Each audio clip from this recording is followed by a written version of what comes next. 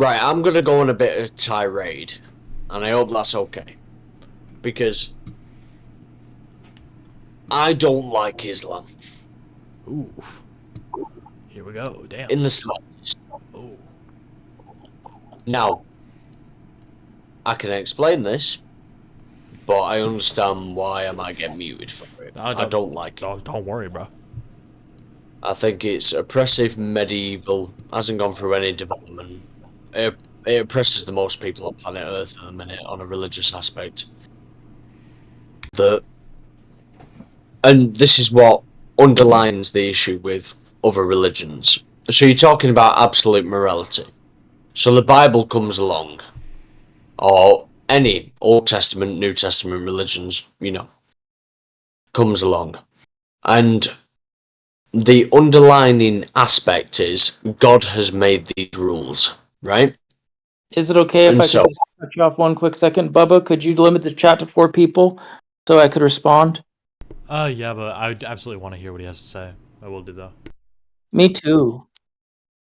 so Sorry. the point is that God has made these rules, whether it be the Ten Commandments, whether it be, anything to do with the entire Bible, Old or New Testament.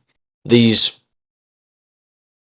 religions, aka being Islam, Christianity, and Judaism, are all based upon what God has told you is right and wrong. Point is, Christianity has undermined its authority by changing the canonization of certain things. So getting rid of slavery, allowing gay priests, that's in direct opposition to Leviticus and so on and so forth. And that's why there's an orthodoxy split, right? Thing is that you cannot claim to have the word of God if you change the interpretation and practice of that holy book, because that is not the word of God anymore.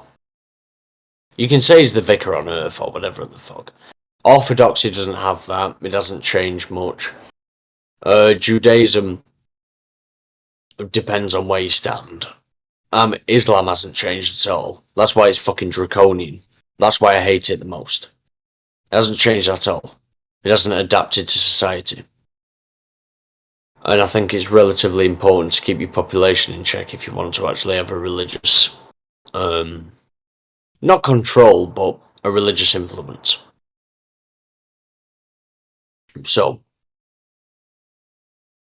these three religions, these Abrahamic religions, don't have anything influential,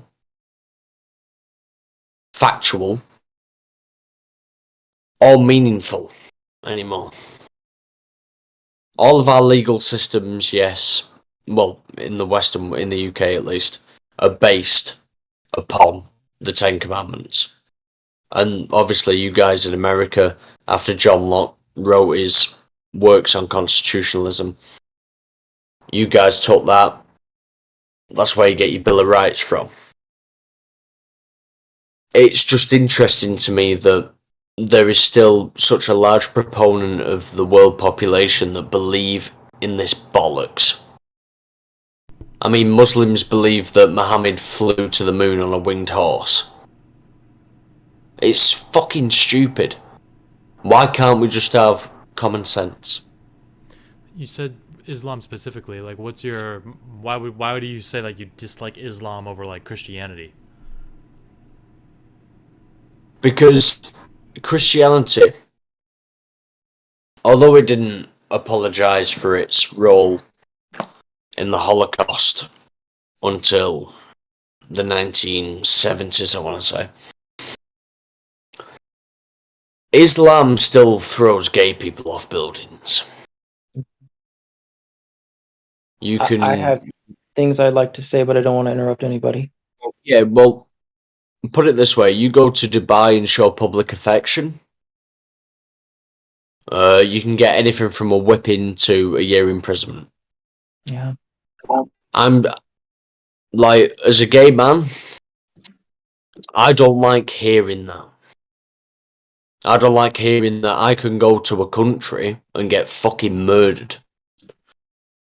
What I'd rather do is not have any religion, not have any moralistic absolutism, and just let people get on, depending on the personalities. And the reason why I hate Islam more than any other religion is because it refuses to adapt. Stays entrenched. Can I add to the conversation? I've a lot of things I'd like to say. Yeah, absolutely. There's a word, I forget the name of it. It's a Arabic word, and it came about at the end of the Muslim or the Islamic Golden Age. And the Islamic Golden Age, if you don't know, literally was just Arabic translations from old ancient Greek translations of the Library of Alexandria that the Muslims later burned down. There's a word that talks about technological progress as being evil. In my view of the Abrahamic religions, I think each three of them have a potential for modernization. Christianity has the Anabaptism, which created the liberalism. Judaism has the reformist sect, which created a liberal Tikkun Olam sort of secular Judaism. Islam has a potential with the Nizari Islam, but that's been greatly suppressed and is an extreme minority. And so, yeah, they are radically backwards, and they hold back our collective thinking as a human race. We do need to clarify that that sect of Islam has been repressed by other Muslims. Yeah. Right? And like, we went through our own phase of suppressing our own separate sects of Christianity or Protestantism, whatever it may be. Right. And we've understood that these were terrible decisions to make. They've been massively harmful to religious harmony. And so that's if you're looking at it from a religious aspect. But then you've also got to look at the fact that we're also the most equal societies on earth. And we don't jeopardize people's safety or self-importance or anything to do with that because we believe some twat in the sky organizes everything. And I think it's just rationalization that even though the Islamic countries of today went through a scientific era before we ever did, they haven't adapted from it. And that's why we put to death so many scientists from the Renaissance, because we were scared actually adapting from it. But societally, we've forced our religion to move on.